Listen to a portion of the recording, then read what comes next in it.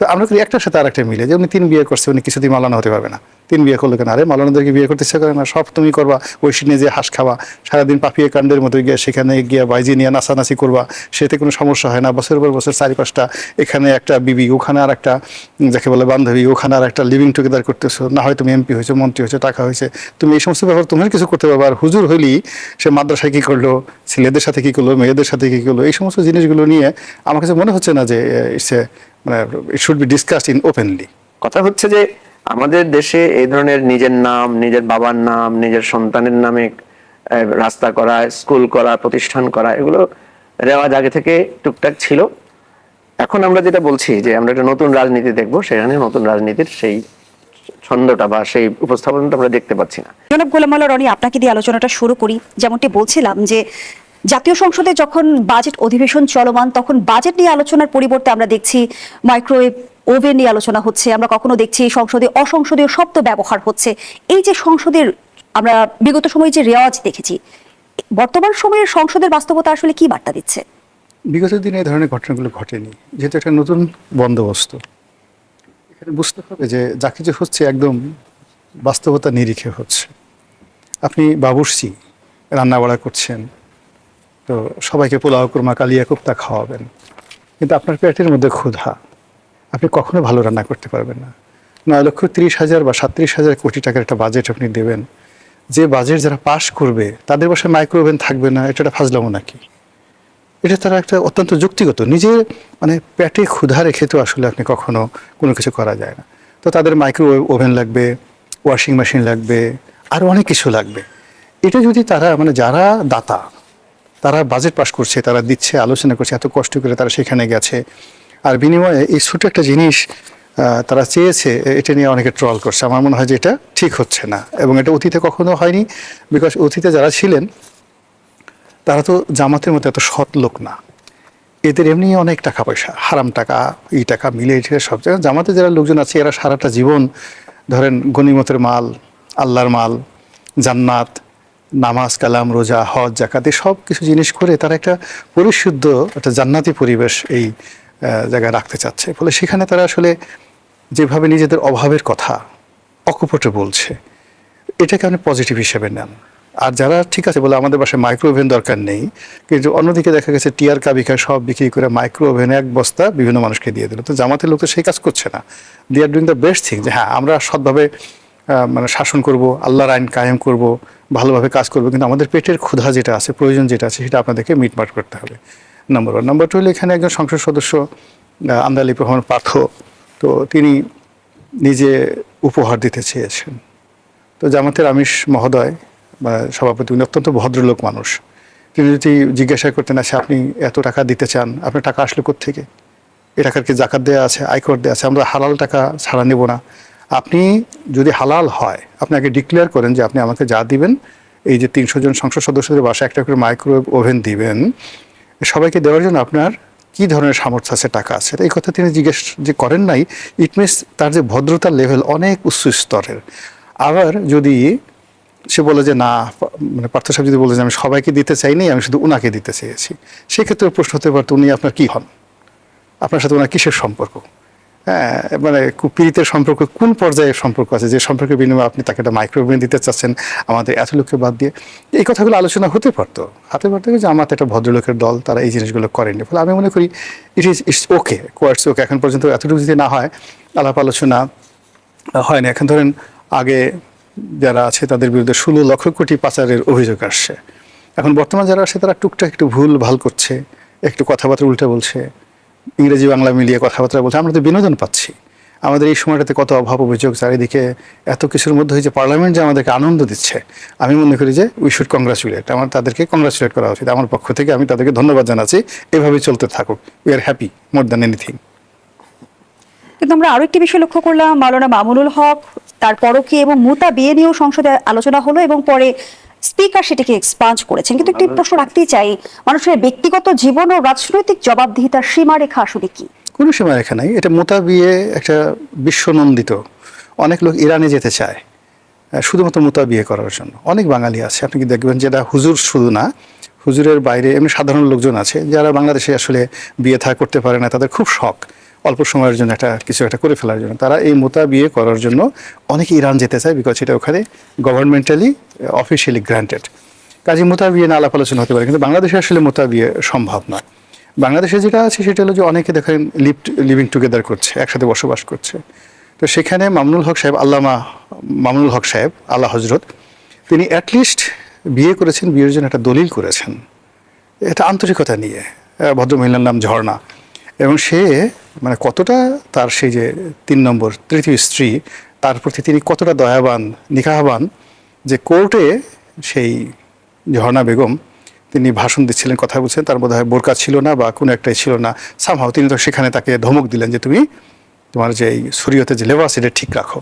তো এরকম একজন দেবতার মতো মানুষ, ইসলামী শরিয়াত, তাহাজিব, তমুদ্দিন সব কিছু ফলো আপ করছেন, ফলো আপ করে সে বিয়ে করেছেন। আচ্ছা আপনি বলেন তো, সম্রাট আলমগীর, এটা মানে যাকে বলে জাহাঙ্গীর, সম্রাট জাহাঙ্গীরের বৈধ স্ত্রী ছিল 800 আর 8000 তার দাসী ছিল, কৃতদাসী ছিল তার হেরেমে। আচ্ছা, জাহাঙ্গীরের একটা পশম স্পর্শ করতে পারছে কেউ? কত বড় বড় মাওলানা ছিল, এ কারণে ডান্ডা ছিল কাছে। মাওলানা মামুনুল হক সাহেব যদি এখন স্বরাষ্ট্রমন্ত্রী হইতেন, সালাউদ্দিন সাহেবের জায়গায় হতেন, তাহলে আপনি দেখতেন যে এই যে তার তৃতীয় বউ যে ঝর্ণা বেগম, যাকে নিয়ে হয়েছে, তার পা ধরে সালাম করার জন্য কত মানুষ যে দৌড়দৌড়ি করতো। এখন যারা মোতাবিনা কথাবার্তা বলছে, এরাই দেখেন ঝর্ণা বেগমের পিছিয়ে পিছিয়ে ছুটতে। আমাদের দেশে ক্ষমতা যেমনটি বিএনপি সংসদ সদস্য খন্দকার আবু আশফাক বলেন, মাওলানা মামুনুল হক অনেক বড় বড় কথা বলছেন, বাজেট নিয়ে তিনি সরকারের পতন ঘটাবেন, অনেক কিছু ঘটাবেন, কিন্তু তিনি যে গাজীপুরে নারীসহ ধরা পড়লেন মোতাবিয়ের নামে, সেটা আসলে কি ছিল আমি জানি না। না, এই মানে বক্তব্যটা তার কোনো মতো এটা দেওয়া ঠিক হয়নি।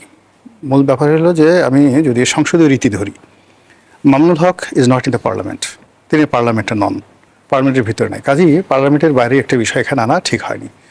2 নম্বর হলো যে এত কিছুর পরেও মামুনুল হক তার যে পরিবার, তিনি কটা বিয়ে করবেন বা না করবেন, তার স্ত্রী, অন্য যারা স্ত্রী আছে তারা জানেন।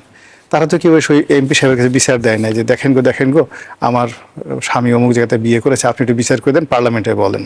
তো সে কোনো কিছুই করে না, তার স্ত্রী কোনো বলে নাই, তার সন্তান বলে নাই, তার হুজুরের এই একান্ত ব্যক্তিগত জীবন নিয়ে একজন এমপি সাহেব, এখন যদি মামুনুল হক ওই মানে এমপি সাহেবের যে পার্সোনাল লাইফ সেগুলো নিয়ে কথাবার্তা বলে, আমাদের জীবনে একটু দাগ না আছে এরকম কার জীবন আছে বলেন তো?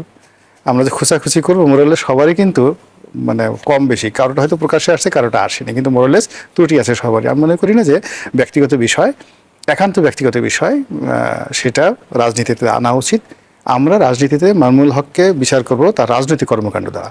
আবার এই মামুনুল হক যখন তার মাদ্রাসাতে গিয়ে তিনি অধ্যক্ষ হিসেবে বসেন, তখন তার পরিচয় হবে অ্যাজ এ প্রিন্সিপাল। আবার তিনি যখন একজন হাদিস বিশারদ হিসেবে আসেন, তখন তার হাদিস বিশারদ হিসেবে আসবে।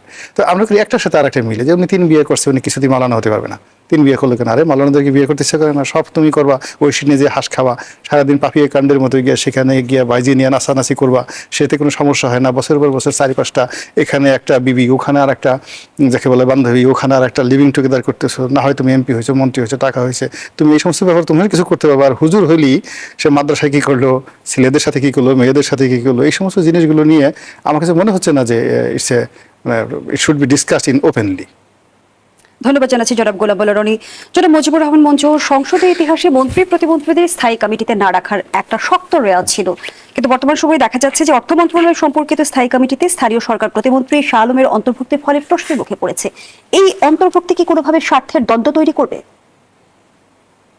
একটু তো সমালোচনা যেটা হয়েছে এটা তো যৌক্তিক আমি মনে করি, কারণ শাহ আলম সাহেব এমনিতেই তো বিভিন্ন বিষয় নিয়ে তাকে নিয়ে কথা উঠেছে, এবং আমরা দেখি যে আজকে আমি বেশ কয়েক জায়গায় সমালোচনা দেখলাম যে মাননীয় প্রধানমন্ত্রীর সবসময় তার যে ফ্রেন্ড সার্কেল, তার যে ক্লোজ সার্কেল, সেটা নিয়ে অতীতেও সমালোচনা ছিল। এবারও দেখা গেছে যে তার ক্লোজ সার্কেল নিয়ে এই আলোচনাগুলো উঠছে। ইতিমধ্যে আপনি নিজেই বললেন যে ইউনিয়ন পরিষদের নামের 4টা নাম, একটা বংশীয়, 2টো তার সন্তানের নামে, ছেলের নামে, আরেকটা তার ভাতিজের নামে, এই অভিযোগটা উঠেছে। তিনি তো দাবি করেছিল অলৌকিকভাবে মিলে গেছে। উনি অলৌকিক বলেন নাই, উনি বলছেন কাকতালীয়। সরি, উনি অলৌকিকই বলেছেন। হ্যাঁ, সরি, অলৌকিকই বলেছেন। হ্যাঁ, কাকতালীয় আর অলৌকিক যদিও অনেক ডিফারেন্স, আলাদা পার্থক্য, যাই হোক। তো এখন ডিটেইল ইনকোয়ারিতে যখন যাওয়া হয়েছে, উনি যেটা দাবি করেছেন যে সেখানে এক ধরনের পাবলিক হিয়ারিং নেওয়া হয়েছিল। আজকে আমি বেশ কয়েকটা পত্রিকায় দেখলাম যে পাবলিক হিয়ারিং সেভাবে নেওয়া হয় নাই, এবং যেখানে পাবলিক হিয়ারিং নেওয়া হয়েছে বলছেন, সেখানে লোকেরা বলছেন কই আমরা তো শুনি নাই, জানি নাই। এবং দুটো জায়গায় পাবলিক হিয়ারিং এর কিছুটা উদাহরণ পাওয়া গেছে এবং সেখানে দেখা গেছে যে বিএনপির কোথাও যুব দলের সভাপতি, কোথাও ইউনিয়নের সভাপতি ওই নামগুলো প্রস্তাব করেছেন। এনিওয়ে, কথা হচ্ছে যে আমাদের দেশে এই ধরনের নিজের নাম, নিজের বাবার নাম, নিজের সন্তানের নামে রাস্তা করা, স্কুল করা, প্রতিষ্ঠান করা, এগুলো রেওয়াজ আগে থেকে টুকটাক ছিল। এখন আমরা যেটা বলছি যে আমরা একটা নতুন রাজনীতি দেখব, সেখানে নতুন রাজনীতির সেই ছন্দটা বা সেই উপস্থাপনটা আমরা দেখতে পাচ্ছি না, এবং কোনো কোনো ক্ষেত্রে আমরা ব্যর্থ দেখতে পাচ্ছি। যেটা আপনি বললেন যে সংসদীয় স্থায়ী কমিটি করা হয় কেন? সংসদীয় স্থায়ী কমিটি করা হয় যাতে মিনিস্টারকে অ্যাকাউন্টেবল করা যায় এবং সেখানে বিরোধী দলের সদস্যদেরকে রাখা। এবং আমাদের যে জুলাই সনদ যেখানে আমরা ড্রাফট করেছি, সেখানে কিন্তু বলা হয়েছে এরকম যে সংসদীয় কমিটিতে বিরোধী দলের পক্ষ থেকে আপনার স্থায়ী কমিটির সভাপতি রাখার জন্য। এবং বিএনপি যে 31 দফা দিয়েছে এবং নির্বাচনী যে আপনার কি বলে যে প্রতিশ্রুতিগুলো দিয়েছে, আপনি দেখবেন ইশতেহার, বিএনপি এবং জামাত উভয় কিন্তু ইশতেহারে বলেছিল যে তারা জাতীয় সরকার গঠন করবে। ঠিক আছে, তো বিএনপি তো জাতীয় সরকার গঠনের দিকে যায় নাই। বিএনপি আমরা দেখতে পাচ্ছি ব্যাপকভাবে একক দলীয়করণ, নিজস্ব লোকদেরকে বসানোর পথে হেঁটেছে। ঠিক জামাতেরও কিন্তু একই অবস্থা। আপনি দেখবেন জামাতও কিন্তু জাতীয় সরকারের কথা বলেছিল, কিন্তু বিরোধী দলে যখন সে গিয়েছে সেখানে তার নিজের দলের লোকদেরকেই বা নিজের জোটের বাইরে এখন পর্যন্ত কাউকে যে সে অন্তর্ভুক্ত করেছে সেরকম কোনো নজির নাই। একটা নজির আছে, সেটা হচ্ছে যে একটা শহীদের মাকে প্রতিনিধি হিসেবে নেওয়া হয়েছে। একটা আপনি ধরতে পারেন এটা একটা মানে কি বলা যায়, কিন্তু অন্য কোনো বা প্রতিপক্ষ রাজনৈতিক দল বা অন্য কোনো একজন সিভিল সোসাইটির কাউকে সেখানে অন্তর্ভুক্ত করার বিষয়টা নাই। এবং জামাতের পক্ষ থেকে একটা শ্যাডো ক্যাবিনেট করার কথা ছিল, সেই শ্যাডো ক্যাবিনেটে দেখা গেছে নিজস্ব লোকদেরকে নিয়েই তারা ক্যাবিনেটটা করেছে। তো এখন হয়তো প্রশ্ন উঠতে পারে যে তাহলে সে কি নিজের দলের বাইরের লোক দিয়ে করবে? হ্যাঁ, তাহলে জাতীয় সরকারের কথাটা বলেছিল বা কেন? বিএনপি কেন বলেছিল জাতীয় সরকারের কথা? অর্থাৎ আমাদের বক্তব্য হচ্ছে যে এই যে বাগাড়ম্বর গুলো করা হয়, যেমন আপনি প্রসঙ্গতেই তুলেছেন, যেটা রনিবা একটু করে বলেছে যে ওনারা নিজ থেকেই বলেছেন যে আমরা প্লট নেব না, আমরা গাড়ি কি শুল্কমুক্ত গাড়ি নেব না। দেখেন, এটা কিন্তু একটা প্রিভিলেজ পার্লামেন্টের মেম্বারদের জন্য। এই প্রিভিলেজটা কেন দেওয়া হয়? যে তিনি যাতে স্বচ্ছন্দে চলাফেরা করতে পারেন, তার যদি একটা ভালো গাড়ি থাকে বা তার নিজস্ব একটা গাড়ি থাকে, তার যদি একটা ঢাকা শহরে বা কোথাও যদি তার একটা বাসস্থান থাকে, তাই না? এটা একটা প্রিভিলেজ, এবং এই প্রিভিলেজ সবার জন্য না, যাদের নাই তাদের জন্য। আমি যতটুকু জানি প্লটের ব্যাপারটা আর গাড়ির ব্যাপারটা হয়তো সেই। এখন এইটার এসেন্সটা কি? এই যে আমি নেব না, এই এসেন্সটা হচ্ছে আসলে আমি ব্যয় সাশ্রয় করতে চাই। কিন্তু আমরা দেখছি এর পরক্ষণে ওনারা এখন বললেন যে আমাদের অফিস দরকার, আমাদের অফিস নাই, আমরা অসুবিধা হচ্ছে, আমাদের মুভ করার জন্য গাড়ি দরকার। ওনারা গাড়ির কথা বললেন, অফিসের কথা বললেন, এবং ওই অফিস এবং গাড়ির কথা যখন বললেন তখন কিন্তু উভয় পক্ষ কিন্তু একজোট, এটার বিরোধিতা কিন্তু কেউ করে নাই। আর পর্দা আর মাইক্রোওয়েভ ওভেনের কথা তো এটা পার্লামেন্টে এটা এক্সপ্যান্ড হয়েছে বা আলোচনা হয়েছে যে এটা আসলে কমিটিতে আলোচনা করলে হয়তো এটা এইভাবে হাউসে তোলার দরকার ছিল না। এটা ভালো দেখায় না, কারণ মানুষ পার্লামেন্টের প্রতিটা মিনিট গুরুত্বপূর্ণ। এখানে আমরা আমাদের জাতীয় ইস্যু নিয়ে আমাদের অনেকগুলো ক্রাইসিস, দেখেন আমাদের একটা ভয়ানক অবস্থার মধ্যে আমরা আছি। আমাদের সীমান্ত কিন্তু রাত দিন পাহারা দিচ্ছে লোকেরা, এবং অনবরত সেখানে একটা থ্রেটের মধ্যে আমরা আছি যে কোনো না কোনো যদি কোনোভাবে একটা পুশিং করে একটা টিমকে এখানে ঢুকিয়ে কেউ যদি দিতে পারে, সীমান্তে কিন্তু গন্ডগোল লাগবে। এবং আল্লাহ না করুক যদি কোনো না কোনো কারণে ফায়ার ওপেন হয়, তাহলে যেটা ভয়ানক পরিস্থিতির দিকে এটা যেতে পারে। কারণ এখানে আপনার জেলাজিদের একটা ব্যাপার এসে যাবে, তখন আত্মসম্মান বোধের একটা জায়গা আসবে। সেই জায়গা থেকে আমি যেটা মনে করি পার্লামেন্টের খুবই দ্রুত দরকার একটা পার্লামেন্টারি কমিটি, উভয় দলের মানে সরকারি দল বিরোধী দল মিলে কমিটি মিলে আমি মনে করি সীমান্ত এলাকা পরিদর্শন করা দরকার। সেখানে যে সাধারণ মানুষ বিজিবির সাথে মিলে যে পাহারা দিচ্ছে তাদের সাথে গিয়ে সংহতি জানানো দরকার। দ্বিতীয় হচ্ছে আমাদের পররাষ্ট্র মন্ত্রণালয়কে এই ব্যাপারটা নিয়ে ইন্টারন্যাশনালি ভয়েস রেজ করার জন্য আলাদা করে অ্যাসাইন করা দরকার। আমাদের এগুলোর দিকে গুরুত্বটা খুব দরকার। এর বাইরে ধরেন এই যে বাজেট হচ্ছে, বাজেটের কিছু টেকনিক্যাল জায়গা আছে যেখানে আমরা বাজেট কেন পার্লামেন্টে আলোচনা করি যে আর কোনো ত্রুটি বিচ্যুতি আছে কিনা সেগুলো ধরে ধরে আলোচনা করার। আপনি দেখবেন ম্যাক্সিমাম পার্লামেন্ট, বিশেষ করে অপোজিশনের এমপিরা বলছে যে আমরা অর্থনীতিবিদ নই, আমরা অত বাজেট বুঝি না। আরে বাবা, বাজেটটা করার দায়িত্বই তো পার্লামেন্টের, তাই না? তো সেই জায়গা থেকে আমরা আমাদের এই সমালোচনা করার উদ্দেশ্য এটা না, বা এই যে ভুল ত্রুটিগুলো হচ্ছে সেখানে মামলামূলক প্রসঙ্গ কেন আসবে, সেখানে কেন আপনার কোথায় কার কাকে গ্রেফতার করা হয়েছে। ইসলামী ব্যাংক আজকে একজন এটাও তুলেছেন যে ইসলামী ব্যাংক নিয়ে 1 ঘন্টা আলোচনায় কত কোটি টাকা মানে পার্লামেন্টে খরচ হয়েছে। ইসলামী ব্যাংক নিয়ে পার্লামেন্টে কেন আলোচনা হবে? এটা তো আলোচনারই বিষয় না। এটা তো একটা অন্যায় কাজগুলো কেন মানে এখানে মানে দেওয়া হবে, সাপোর্ট দেওয়া হবে। তো আমরা যেটা দেখছি এখানে আমি একটু আমাদের মিডিয়ার দায়বোধের কথাটা আমি বলবো। মিডিয়া কিন্তু এই সমস্ত জিনিসগুলোকে পিক করে বেশি। হ্যাঁ, কে কাকে খোঁচা দিল, কে কোনটা ভুল করলো, কে কোনটা রং তামাশা করলো, এগুলোকে তখন হাইলাইট করা হয়। তো যার ফলে হয় কি, কিছু কিছু এমপি এই চান্সটা খোঁজেন। যেমন আমি খুব অবাক হয়েছি আজকে আন্দালিব রহমান পার্থ, উনি খুবই প্রাজ্ঞ এবং পুরনো পার্লামেন্টারিয়ান, উনি যেভাবে অফার করলেন যে আমি ওনাকে একটা ওভেন কিনে দিব, এটা পার্লামেন্টে কোনোভাবে গ্রহণযোগ্য না। এবং তার আগে কিন্তু তিনি বলেছেন এটা আমাকে অনেক লজ্জা দেয়, একটা মেম্বার অফ পার্লামেন্ট এখানে দাঁড়িয়ে যেখানে জনগণের কথা বলবে, যেখানে বিভিন্ন জনগণের দাবির কথা বলবে, সেখানে একজন মেম্বার অফ পার্লামেন্ট দাঁড়িয়ে উনি ওয়াশিং মেশিন পেল না, মাইক্রোওয়েভ পেল না, কার্টেন্স পেল না, সেই ব্যাপারে দাঁড়িয়ে কথা। না, এটা তো খুবই লজ্জাস্কর, এটা কোনো সন্দেহ নাই, এবং উনি ভুল করেছেন। এটা কিন্তু লিডার অফ দ্য অপোজিশনও স্বীকার করেছেন, এটা কিন্তু স্পিকারের রুলিংও বলেছেন যে এই কথাটা আপনি এখানে না বললে ভালো হতো।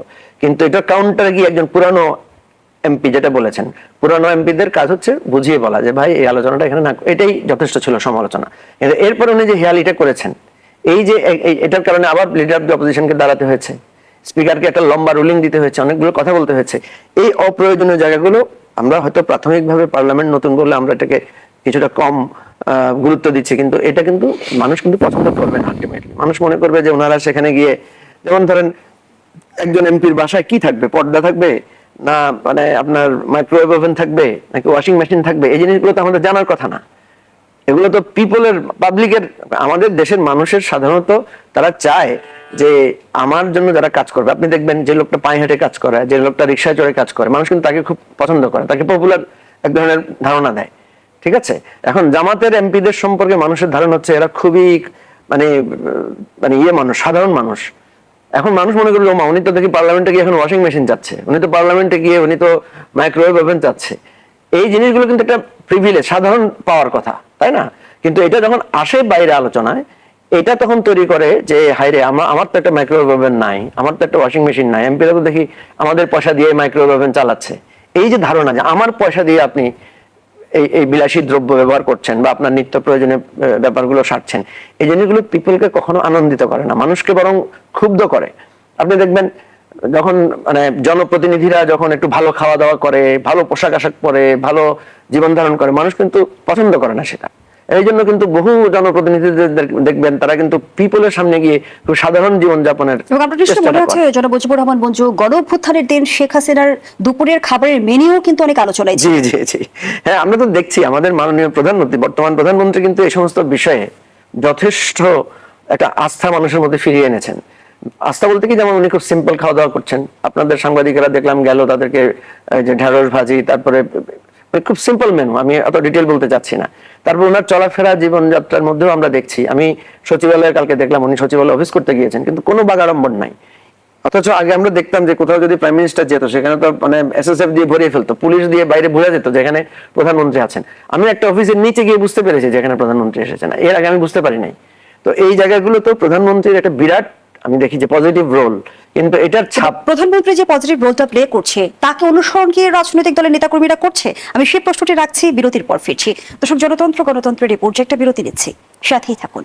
আবারও আমন্ত্রণ, দেখছেন নিউজ 24 এর নিয়মিত আয়োজন জনতন্ত্র গণতন্ত্র, নিবেদন করছে আড়াইসিল স্টিল। আমরা আবারও ফিরছি আলোচনায়। জনাব মুজিবুর রহমান মঞ্জু, যে প্রশ্নটি রেখে বিরতিতে গিয়েছিলাম, আপনি বলছিলেন যে প্রধানমন্ত্রী তার জীবনযাপনে এক ধরনের পরিবর্তন এনেছেন এবং তিনি সেই জীবনযাপনই করছেন, অতি সাধারণ জীবনযাপন, যেটি আপনি বুঝাতে চেয়েছেন। কিন্তু প্রধানমন্ত্রী যে রোল প্লে করছে সেটি তার দলের নেতাকর্মীরা অনুসরণ করতে পারছে কি? প্রধানমন্ত্রী বদলেছেন বিষয়টা এরকম না। আমি ওনাকে আগে থেকে যেটা দেখেছি, ওনার মধ্যে এই ধরনের সিম্পলিসিটি ছিল। মানে আজ থেকে 20-25 বছর আগে ওনাকে যখন দেখতাম, তখন দেখেছি যে ওনার চলাফেরায় খুবই সিম্পল জীবনযাপন করতেন উনি। বিগত সময়ে আমি রাজনৈতিক সংস্কৃতির পরিবর্তন, ওনার বিরুদ্ধে যতগুলো অভিযোগ এসেছিল, যেগুলো যে নানাভাবে অনেকে ট্রল করে ওনাকে নিয়ে, ওনার দুর্নীতির বিষয়টা, এটা কিন্তু কোনোটাই আদালতে প্রমাণিত হয় নাই। কিন্তু ওনার যাদেরকে নিয়ে সমালোচনা ছিল, ওনার বন্ধু সার্কেল, তারা কিন্তু সকলেই অনেক লম্বা সময় ধরে জেলে ছিলেন, নানা অভিযোগে তাদের বিরুদ্ধে শাস্তিমূলক ব্যবস্থা হয়েছে। আমি যেটা বলছি, ওনার ওই জায়গাটা কিন্তু পরিবর্তন ঘটে নাই। উনি আগে যেরকম সিম্পল ছিলেন, এখন আরো সিম্পল। আগে উনি তো প্রধানমন্ত্রী ছিলেন না, আগে ওনার সার্কেলটা ছিল সীমিত। সুতরাং সীমিত সার্কেলে যারা ছিল তারা সবাই দেখতেন যে উনি স্বাভাবিক জীবনযাত্রাই উনি করেছেন। এখন যেহেতু উনি প্রধানমন্ত্রী, এখন ওনার স্কোপটা অনেক বেশি, ওনার এখতিয়ারটা অনেক বেশি এসেছে ওনার নিজেকে নিয়ে, ফলে উনি ওই জায়গাটা করতে পারছেন। কিন্তু আপনি যেটা বলেছেন, এটা স্পষ্ট উত্তর হচ্ছে এটা নিচের দিকে কারোর মধ্যে সেই মানে ছাপটা নাই। এবং নিচের দিকে আপনি যদি খোঁজ নেন, প্রত্যেক মন্ত্রীরা কিন্তু যথেষ্ট প্রোটোকল নিয়ে এলাকায় ঘোরাফেরা করছেন, ইভেন এমপিদেরকে যদি আপনি দেখেন তারা দল বল নিয়ে যাচ্ছেন। আপনি দেখেছেন কালকে সিলেট বিমানবন্দরে প্রধানমন্ত্রী কিন্তু তার এমপিদেরকে বলেছেন দেখে যে আপনারা এখানে কেন, আপনারা পার্লামেন্টে যান। শুধুমাত্র একজন এমপি পার্লামেন্টে এসেছেন, বাকিরা প্রধানমন্ত্রী নিজেও কিন্তু নামকরণের রাজনীতিকে নিরুৎসাহিত করেছেন। হ্যাঁ, উনি যেখানে আপনার কোথায় যেন ওনার মায়ের নামে একটা নামকরণ উনি কেটে দিয়েছেন, বলছে এখানে করবেন না। তাহলে এখন কথা হচ্ছে যে প্রধানমন্ত্রীর তো উচিত হবে যে এই যে বগুড়ায় শিবগঞ্জে যে কাজটা হয়েছে, যেটা নিয়ে এত সমালোচনা হয়েছে, ওনার পক্ষ থেকে ইন্টারনালি একটা তদন্ত করা দরকার। তদন্ত করে রিয়েল ঘটনাটা জানা দরকার যে আসলে কেন হয়েছে এটা। এটা আপনি যতই বলেন, মানুষ অলৌকিক ভাবে তো মানে এতটুকু ঘটনা ঘটতে পারে না। আমি একটা পত্রিকা একটা খুব মজা করে লিখেছে যে একটা কাক তালের উপর পড়লো, তালটা ভেঙে পড়লো, প্রথমটা উনি স্বাভাবিক ছিলেন, পরের বার উনি দেখলেন যে আরেকটা কাকতালীয়, তৃতীয়টা তার কাকতালীয়, পঞ্চমটাতে যাওয়ার পরে উনি বলছেন এটা তার কাকতালীয় হতে পারে, এটা মিরাকেল হতে পারে। তো এখন এত অলৌকিক ঘটনা আমাদের এখানে ঘটছে, তাই না? তো এই ব্যাপারটা নিয়ে আমি মনে করি যদি উনি স্টেপ নেন সরাসরি, তাহলে এটা একটা মানে কি বলা যায়, নজির হিসেবে দাঁড়াবে। যদি সেটা না হয়, যেটা হয় কি, আমি একটা গল্প বলি আপনাকে, সেটা হচ্ছে একজন রাজা, তার নাইট গার্ড যিনি রাতের বেলায় পাহারা দেন, উনি রাজাকে এসে বললেন, রাজামশাই আমি স্বপ্ন দেখেছি যে আপনি একটা ব্রিজ উদ্বোধন করতে গিয়েছেন, সেখানে গিয়ে আপনি বোমা বিস্ফোরণে আপনি মারা গেছেন। তো রাজা কিন্তু দেখেছেন যে নেক্সট উইকেই তার একটা ব্রিজ উদ্বোধন করার কথা। উনি নিজে না গিয়ে উনি একটা ডামি পাঠালেন সেই ব্রিজ উদ্বোধনের জন্য, রাজার মতো সাজিয়ে একজনকে পাঠালেন। ঠিকই দেখা গেল ওখানে বোমা বিস্ফোরণ হয়েছে। তখন রাজা রাজ্যময় ঘোষণা করলেন যে আমার এই নাইট গার্ড, আমার যে নৈশ প্রহরী, সে আমার জীবন বাঁচিয়েছে। এবং তার জন্য ব্যাপকভাবে জাঁকজমক করে তাকে উপহার সামগ্রী দেওয়ার একটা অনুষ্ঠান করলেন, সম্বর্ধনা অনুষ্ঠান করলেন। সম্বর্ধনার শেষ পর্যায়ে এসে তাকে একটা খামে ভরে একটা কাগজ দিলেন। সেটা কি খুলে দেখলেন যে তাকে ফায়ার করা হয়েছে, মানে তাকে বরখাস্ত করা হয়েছে। সবাই তো অবাক হলো, কি ব্যাপার, আপনার জীবন বাঁচালো, আপনি বরখাস্ত করলেন কেন? তখন বললো যে তার কাজ ছিল রাত জেগে আমাকে পাহারা দেওয়া, কিন্তু সে রাতে ঘুমিয়েছে এবং স্বপ্ন দেখেছে, সুতরাং সে তার আসল দায়িত্বটা পালন করে নাই। এখন দেখেন, মাননীয় প্রধানমন্ত্রীর রাষ্ট্রের আসল দায়িত্ব কি? আসল দায়িত্ব হচ্ছে রাষ্ট্রকে পরিবর্তন করা, রাষ্ট্রকে মেরামত করা, রাষ্ট্রের সর্বাঙ্গে পরিবর্তন আনা। কিন্তু প্রধানমন্ত্রীর জীবনাচরণে আমরা পরিবর্তন দেখছি, কিন্তু সেটা যদি পুরো রাষ্ট্র ব্যবস্থায় পরিবর্তনটা না ঘটে, তাহলে প্রধানমন্ত্রী কিন্তু এটার জন্য পুরস্কৃত হবেন না। দিন শেষে মনে হবে যেন ওনার দায়িত্বটা বা রাষ্ট্র ব্যবস্থার জন্য ওনার দায়িত্বটা উনি পালন করেন নাই। উনি যদি 31 দফায় যে কথাগুলো বলেছেন যে গণতন্ত্র এবং জবাবদিহিতার জায়গাটা আনবেন, আমরা কিন্তু প্রত্যেকটা জায়গায় আমি দেখছি। আপনি দেখবেন এখন যে আদালতে যে সমস্ত পিপি নিয়োগ হবে, সব দেখা যাবে বিএনপির লোক। স্কুল কমিটিগুলো, কলেজ কমিটিগুলো, সবগুলো বিএনপির লোক। তো যদি আপনি এটাই করবেন, তাহলে আপনি নির্বাচনী ঘোষণার সময়, ইশতেহারের সময় বলতেন যে আমরা আমেরিকান স্টাইলে আমরা যখন ক্ষমতায় যাব, আমাদের দলের সব লোকগুলোকে নিয়ে আমরা। অসংখ্য ধন্যবাদ জানাচ্ছি জনাব মুজিবুর রহমান মঞ্জু। জনাব গোলাম মাওলা রনি, রাজনীতিতে বক্তব্য পাল্টা বক্তব্যের এক ধরনের প্রচলন তো রয়েছে। আমরা কখনো কখনো দোষারোপের রাজনীতিও দেখি, কখনো আবার তীর্যকভাবে আক্রমণ করতেও দেখি। কিন্তু সাম্প্রতিক সময় আমরা দেখছি যে রাজনীতিতে গালিগালাজ, অশ্রাব্য স্লোগান, বক্তব্য, সেগুলোর ব্যবহার দিন দিন বাড়ছে এবং সেটি পৌঁছে গেছে সংসদেও। সংসদে অশ্লীল উপমা জামায়াত এমপির, এবং সেই বক্তব্যকে এক্সপাঞ্জ করার নির্দেশ দিয়েছেন স্পিকার। একটু জানতে চাই যে শিষ্টাচার আর মত প্রকাশের স্বাধীনতার মধ্যে ভারসাম্য আনা কতটা জরুরি? না, প্রথমত এটা কি হলো যে গত 2 বছর ধরে আমাদের সমাজে তো ইন জেনারেল কতগুলো অশ্লীলতা ঢুকে গেছে। এমন কতগুলো গালাগালি, এমন কতগুলো শব্দ, এমন কতগুলো অঙ্গভঙ্গি যেটা আমাদের এই সমাজে রাজনীতির অঙ্গনে রাজপথে ছিল না। ফলে পার্লামেন্ট তো রিপ্রেজেন্টেশন, ওখানে আমাদের সমাজের যত ভালো মানুষ আছে তাদের যেভাবে রিপ্রেজেন্টেশন আছে, একইভাবে যত মন্দ লোক আছে, মন্দ লোকেরও তো তারা প্রতিনিধি। বলেন তো, চোরকে ভোট দেয়নি, টাউট ভোট দেয়নি, মানে গুন্ডা বদমাইশ যারা আছে তারা কি ভোট দেয়নি? জেনাখোর, কার ব্যভিচার, মদখোর, সবাই তো ভোট দিয়েছে। ফলে ওই ভোটের একটা কারামত আছে। সেই কারামত অনুযায়ী দেখা গেল যে কখনো কখনো তাদের পোশাক আশাকে, আচার আচরণে, চালচলনে ওই ভোটারদের যে আকুতি, ভোটারদের যে চরিত্র, ক্যারেক্টারিস্টিক্স, এটা কখনো কণ্ঠে চলে আসে। ফলে ওখানে আসলে পার্লামেন্টের দিকে না তাকিয়ে তাকে যে পার্লামেন্টের বাইরে আসলে কি হচ্ছে, নাম্বার 1। নাম্বার 2 হলো যে এখানে আমি মঞ্জু ভাই যে কথাগুলো বললেন, আমি সেই কথাগুলো নিয়ে একটু আমি মনে করি আলোচনা করা দরকার।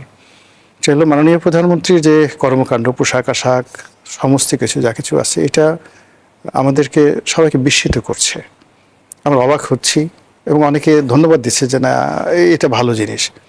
কিন্তু আমার কাছে মনে হচ্ছে যে আমরা এই যে সারপ্রাইজ হচ্ছে যে কোনো একটা বিষয়ে, এই সারপ্রাইজ হওয়াটাই হলো প্রধানমন্ত্রীর জন্য একটা ব্যর্থতা। কেননা তার কোনো কর্মে আমরা সারপ্রাইজ হব না। আমরা মনে করবো যে এটা আমাদের এক্সপেকটেশন, আমাদের প্রাপ্তি। এখন তিনি তার ব্যক্তিগত জীবনে আলু ভর্তা খান, ডাল খান, কুস্তাবাজি খান, কিংবা ধরেন অন্য যা কিছু খান, এটা এত বড় বাজেট, 9,30,000 কোটি টাকার বাজেটে, মানে আপনি প্রধানমন্ত্রীর কার্যালয়ে আপনাকে দাওয়াত করে নিয়ে ডিম খাইয়ে দিল বা ঢেঁড়স ভাজি খাইয়ে দিল, এটা আসলে মানে কোনো ইফেক্ট পড়ে না। বরং যেটা হয় সেটা হলো যে আমি সিঙ্গাপুরের লিগ ওয়ান সে যে চালু করেছিলেন যে বিষয়টি, তিনি তার মন্ত্রী এবং এমপিদেরকে পৃথিবীর সবচেয়ে বেশি স্যালারি দিয়ে রাখেন এবং তার অনেক টেকনোক্র্যাট মন্ত্রী আছে পৃথিবীর, ইভেন সিঙ্গাপুরে যে সবচেয়ে বড় বড় যে সিও মাল্টিন্যাশনাল কোম্পানিগুলোর যে সিও, তাদেরকে ডাকেন যে তোমাদের বেতন কত, তাদের যে বেতন তার চেয়ে বেশি বেতন দিয়ে একজন মন্ত্রী তিনি পোষেন। তো এই যে একটা নিয়ম সিঙ্গাপুরে চালু করেছেন, ফলে আজ সিঙ্গাপুর এই পর্যায়ে চলে আসছে।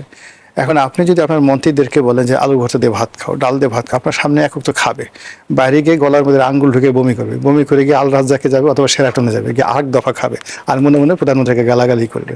তারপর শেষে তার সামনে কোট খুলবে, তার সবসময় সে কোট পরে থাকে, ভালো লাগে তার কোট পরতে, তাই পরে সে অনেক সুন্দর করে ধরেন ক্যানাডির একটা কোট কিনেছে 5,000 ইউরো দিয়ে, 5,000 ইউরো দিয়ে একটা কোট কিনেছে, বাঁচবে ধরেন বয়স 60 বছর 70 বছর, আর 4-5 বার সে পড়তে পারবে জীবনে কোটটা।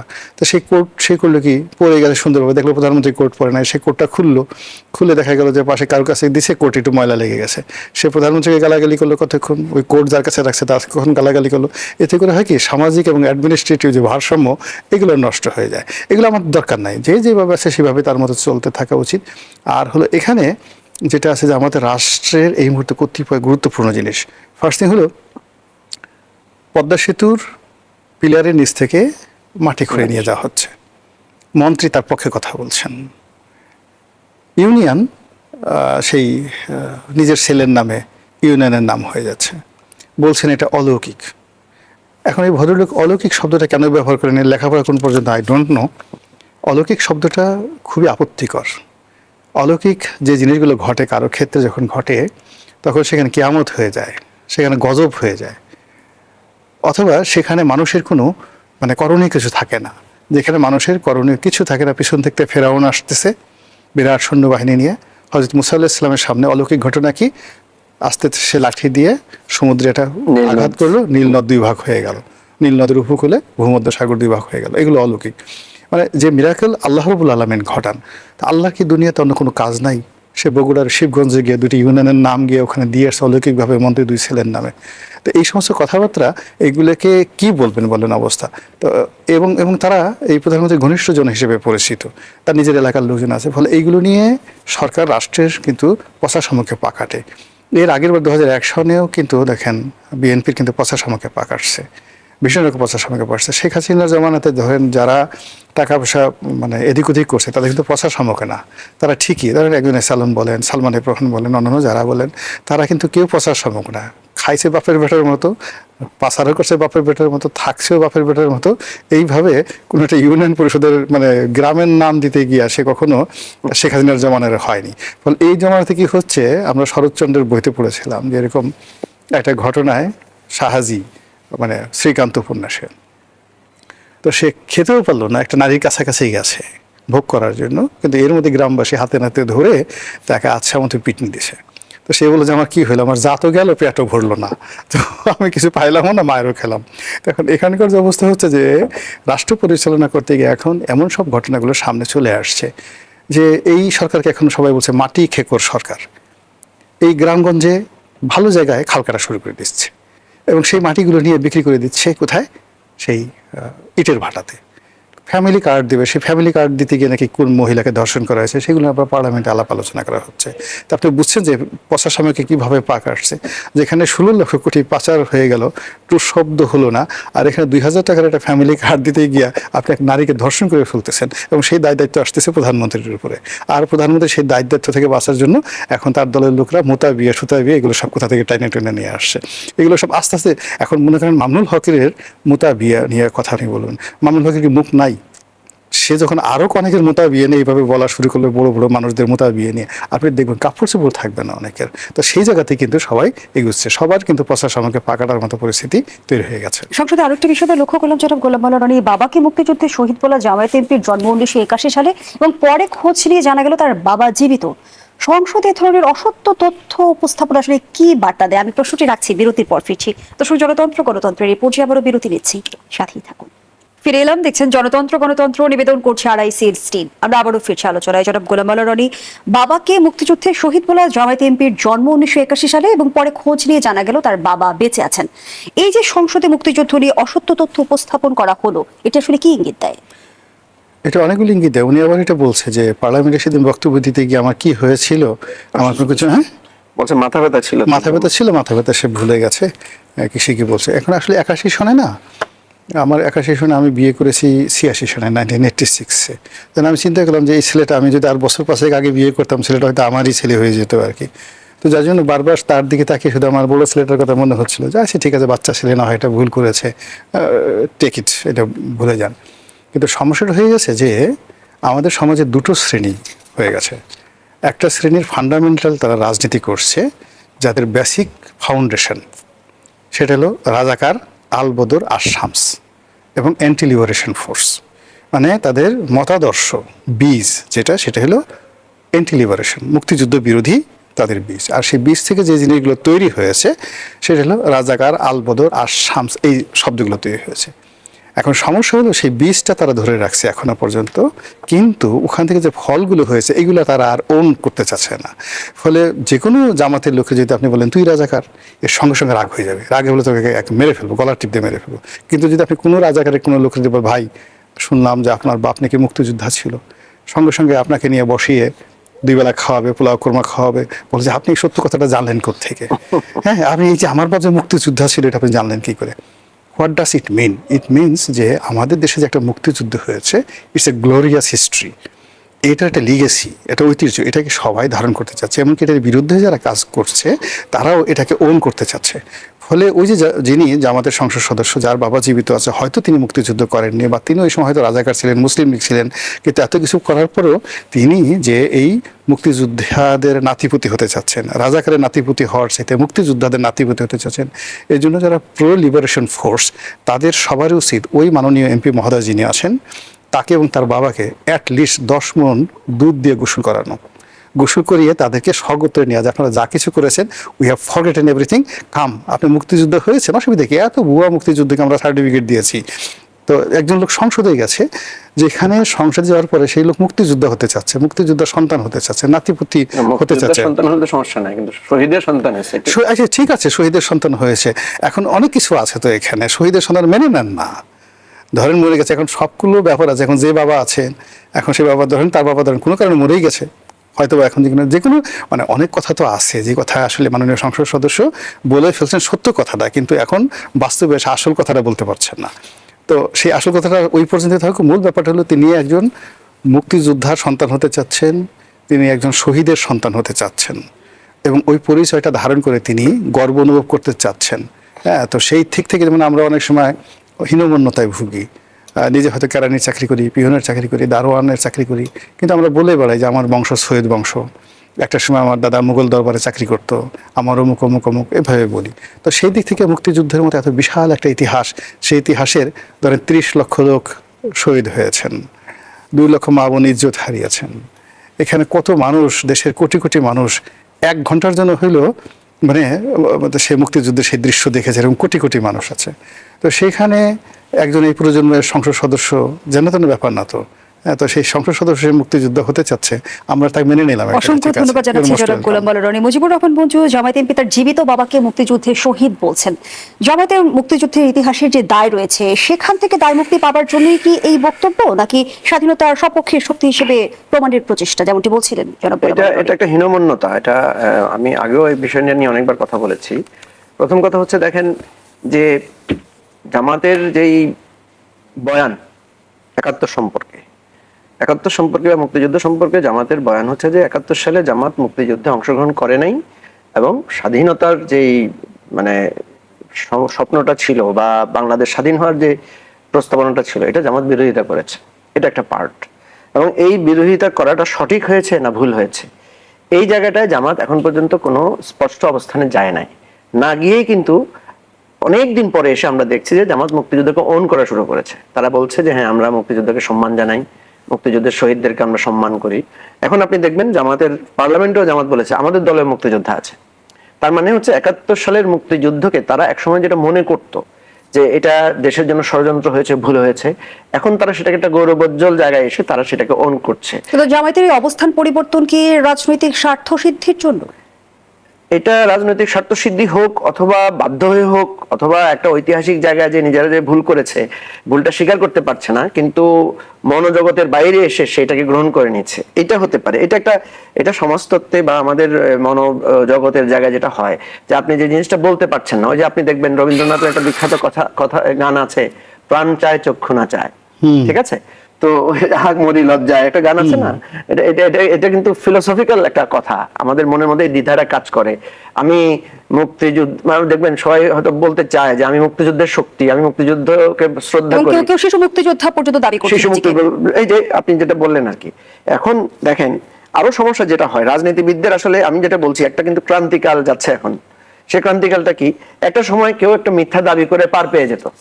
এখন দেখেন ওই যে সংসদ সদস্য সে বলেছে আমার বাবা এবং আমার দাদা শহীদ মুক্তিযোদ্ধা, এটার সাথে সাথে কিন্তু মিডিয়া হোক সোসাইটি হোক তারা কিন্তু খোঁজ খবর নিয়ে বের করে ফেলেছে, খোঁজ করে বের করে ফেলেছে যে ওনার বাবা জীবিত আছেন এবং ওনার বাবা শহীদ হন নাই, ঠিক আছে? এখন উনি এটা বললেই হতো যে এটা আমার মানে হয়তো কথা বলার ক্ষেত্রে ভুল হয়েছে, বলার ক্ষেত্রে ভুল হয়েছে। উনি এখন বলছেন আমার মাথা ব্যথা করছিল, আমি আসলে অসুস্থ ছিলাম, নানা ধরনের কথা বলছেন। এই জায়গাগুলো রাজনীতিবিদদেরকে আরো দুর্বল করে ফেলে, ঠিক আছে? একই রকম অনেক ভুল কিন্তু আমরা দেখছি সরকারি দলের লোকেরাও করছে। মাননীয় প্রধানমন্ত্রী কিন্তু দুটো জায়গায় স্ক্রিপ্ট পড়তে গিয়ে, ওনার লেখা বক্তব্য পড়তে গিয়ে দুটো ভুলও করেছেন। এই ভুলকে উনি আবার জাস্টিফাই করতে যান না। আমার কথা হচ্ছে যেটা ভুল সেটাকে ভুল স্বীকার করে নিতে হবে। সেটা হয়তো ওনার প্রিন্টিং মিস্টেক হতে পারে, সেটা ওনার পড়ার সময় ভুল হতে পারে, এটা হতেই পারে, ভুল মানুষের হতেই পারে, তো কোনো সন্দেহ নেই। এখন কথা হচ্ছে একজনের ভুলকে যখন আপনি কঠিনভাবে নেবেন আর নিজের ভুলটাকে কঠিনভাবে নেবেন না। যেমন আমি মনে করি জামাতের পক্ষ থেকে এই সংসদ সদস্যকে শোকজ করা দরকার ছিল দুটো কারণে। একটা হচ্ছে এই কথার মধ্য দিয়ে কিন্তু জামাতের রাজনৈতিকভাবে একটা ক্ষতি করেছেন উনি, যে জামাতের লোকেরা সত্যবাদী হন, সত্য কথা বলেন, উনি সত্য কথা বললেন না। এবং ওর ব্যাখ্যা থেকে জামাতের ইন্টারনাল একটা ব্যাখ্যা আসা উচিত যে আসলে উনি অসুস্থ ছিলেন বা উনি বলার সময় ভুল করেছেন কিনা। জামাতের পক্ষ থেকে তার এমপিদেরকে সতর্ক করা দরকার ছিল। যেমন এই যে আজকে লিডার অফ দি অপোজিশন নিজে স্বীকার করেছেন যে আমাদের এমপি এই মাইক্রোওয়েভ ওভেনের কথা, পর্দার কথা বলেছেন, এটা উনি এখানে না বলে ওখানে বললে ভালো হতো। আমার কথা হচ্ছে যে আমি যখন সরকারি দলের একটা ভুল পাচ্ছি, আপনি দেখবেন যে দুটো ঘটনা আমার চোখের সামনে পড়েছে। একটা হচ্ছে জেবা আমিন নামে একজন পার্লামেন্টের সদস্য, উনি বক্তব্য রাখার সময় বাংলা ইংরেজি মিক্স করে কথা বলেছেন, এটা নিয়ে যথেষ্ট সমালোচনা হয়েছে, ট্রল হয়েছে। আবার জামাতেরই একজন সংসদ সদস্য আপনার মার্দিয়া মমতাজ, উনাকে সম্পর্কে উনার অপোজিশন থেকে ট্রল করা হয়েছে, ঠিক আছে? এখন যেটা হচ্ছে যে আমার বিপক্ষের জনকে আমি যখন ট্রল করছি তখন আমি খুব সুখ পাচ্ছি, আমার পক্ষের জনকে যখন অন্যরা ট্রল করছে তখন আমি ব্যথিত হচ্ছি। এই জায়গাটা রিপিটেডলি, আপনি যে কথাটা বলেছেন, রিপিটেডলি এই ঘটনাগুলো ঘটছে। বাজে শব্দ ব্যবহার করা, অপমানজনক কথা বলা, গালিগালাজ করা, এটা আমি পার্লামেন্টে আমি দাবি করব পার্লামেন্টে পজিশন এবং অপোজিশন মিলে আপনারা ঠিক করেন।